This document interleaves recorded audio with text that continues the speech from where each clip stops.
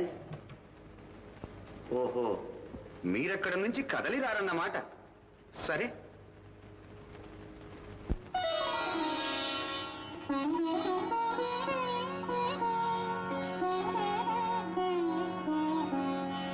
నందనము తలదన్ను మందారవనమందు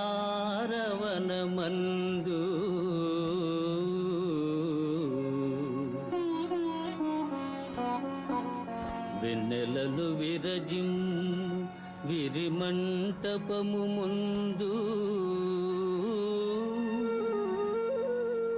జీవకళలొలికిల్చు శిల్ప సుందరివి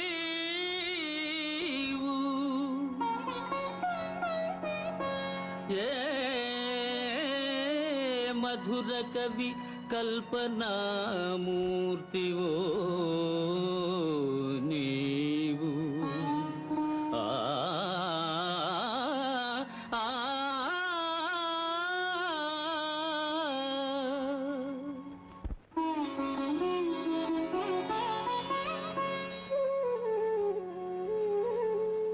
అంత సన్నని నడుము అలసిపోవును ఏమో,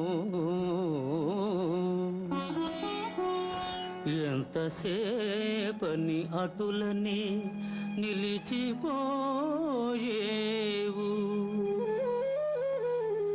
ముద్దులను గురిపిల్చు ముఖ చంద్రబింబము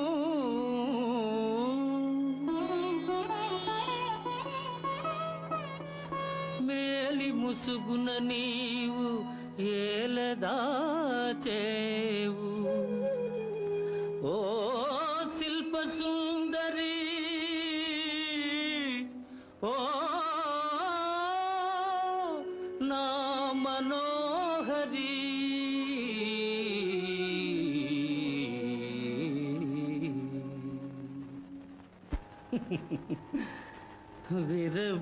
విరబూసెడు పూలనెవ్వరు కాదనగలరు, రివ్వుమనెడు యౌవనమునెవ్వరాపగలరు. కలుసుకొన్న నయనమ్ములు కలనైనా విడిపోవు. వలపులొలుకు హృదయాలే కలకాలం నిలిచిపోవు, కలకాలం నిలిచిపోవు.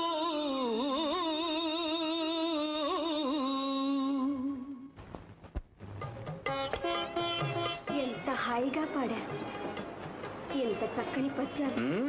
ఇంత చక్కని పద్యాలు మాలతీ మాధవం అనే ప్రణయ ప్రబంధంలోనివి.